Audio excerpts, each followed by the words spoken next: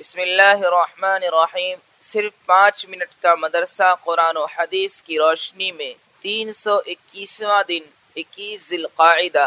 Number 1، اسلامی تاریخ۔ حضرت کعب احبار رحمۃ اللہ علیہ۔ حضرت کعب احبار رحمۃ اللہ علیہ مشہور تابعی ہیں۔ قبول اسلام سے پہلے وہ یہود کے بڑے علماء میں سے تھے۔ جناب رسول اللہ صلی اللہ علیہ وسلم کے زمانے میں موجود تھے، اسلام قبول نہیں کیا تھا۔ حضرت عمر رضی اللہ عنہ کے زمانہ خلافت میں اسلام قبول کیا۔ حضرت عباس رضی اللہ عنہ نے ان کے اسلام لانے کا سبب پوچھا تو آپ نے فرمایا، میرے والد نے مجھ کو تورات سے ایک تحریر لکھ کر دی تھی اور ہدایت کر دی تھی کہ اس پر عمل کرنا، اور اپنی تمام مذہبی کتابوں پر مہر لگا کر مجھ سے قسم لی تھی کہ مہر کو کبھی نہ توڑنا، لہذا میں اپنے والد کی نصیحت کے مطابق عمل کرتا رہا، مگر جب اسلام کا غلبہ ہوا تو میرے دل میں یہ خیال آیا کہ میرے والد نے مجھ سے کچھ چھپایا ہے، مجھے ان کتابوں کو کھول کر دیکھنا چاہیے۔ چنانچہ میں نے مہر توڑ کر کتابیں پڑھی تو ان میں محمد صلی اللہ علیہ وسلم اور ان کی امت کے اوصاف نظر آئے۔ اس وقت مجھ پر اصل حقیقت واضح ہوئی اور میں مسلمان ہو گیا۔ نمبر 2، اللہ کی قدرت۔ پانی کا انتظام کرنا۔ پانی اللہ تعالیٰ کی بہت بڑی نعمت ہے۔ اس نے ہر ایک چیز کو پانی کے ذریعے زندگی عطا فرمائی ہے۔ وہ آسمان سے پانی برساتا ہے اور تمام جانداروں اور پیڑ پودوں کو سیراب کر دیتا ہے، اور ضرورت سے زائد پانی کو ندی اور نالوں کے ذریعے بڑی بڑی جھیلوں میں جمع کر دیتا ہے۔ پھر لوگ اپنی ضرورت کے مطابق اس کو استعمال کر لیتے ہیں، اور کبھی برف کی شکل میں اونچے اونچے پہاڑوں پر پانی کو محفوظ کر دیتا ہے۔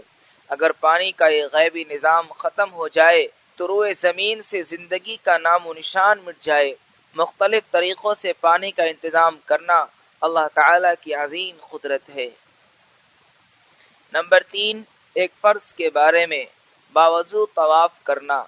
رسول اللہ صلی اللہ علیہ وسلم نے فرمایا، خانہ کعبہ کا طواف کرنا نماز ہی کی طرح ہے۔ جس طرح نماز کے لیے وضو ضروری ہے، اسی طرح طواف کے لیے بھی وضو ضروری ہے۔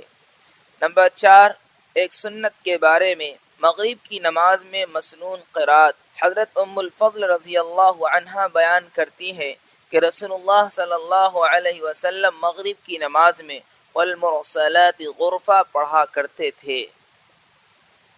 نمبر 5، ایک اہم عمل کی فضیلت۔ وضو کے بعد کلمہ شہادت پڑھنا۔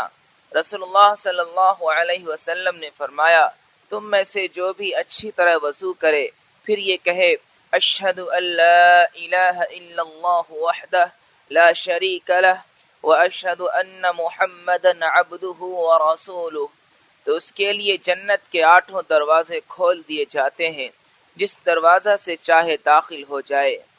نمبر 6، ایک گناہ کے بارے میں ازار یا پینٹ ٹخنے سے نیچے پہننا۔ رسول اللہ صلی اللہ علیہ وسلم نے فرمایا، جو شخص تکبر کے طور پر اپنے ازار کو ٹخنے سے نیچے لٹکائے گا تو اللہ تعالیٰ قیامت کے دن اس کی طرف رحمت کی نظر سے نہیں دیکھے گا۔ نمبر 7، دنیا کے بارے میں حلال روزی کماؤ۔ رسول اللہ صلی اللہ علیہ وسلم نے فرمایا، روزی کو دور نہ سمجھو، کیونکہ کوئی آدمی اس وقت تک نہیں مر سکتا جب تک کہ جو روزی اس کے مقدر میں لکھ دی گئی ہے وہ اس کو نہ مل جائے، لہذا روزی حاصل کرنے میں بہتر طریقہ اختیار کرو، حلال روزی کماؤ اور حرام کو چھوڑ دو۔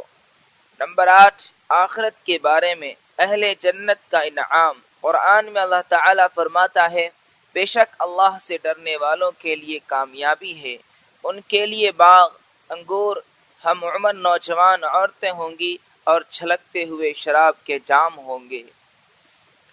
نمبر 9، طب نبوی سے علاج، صدقہ سے علاج۔ رسول اللہ صلی اللہ علیہ وسلم نے فرمایا، صدقہ سے اپنے مریضوں کا علاج کیا کرو، کیونکہ صدقہ بیماریوں اور پیش آنے والی مصیبتوں کو دور کرتا ہے۔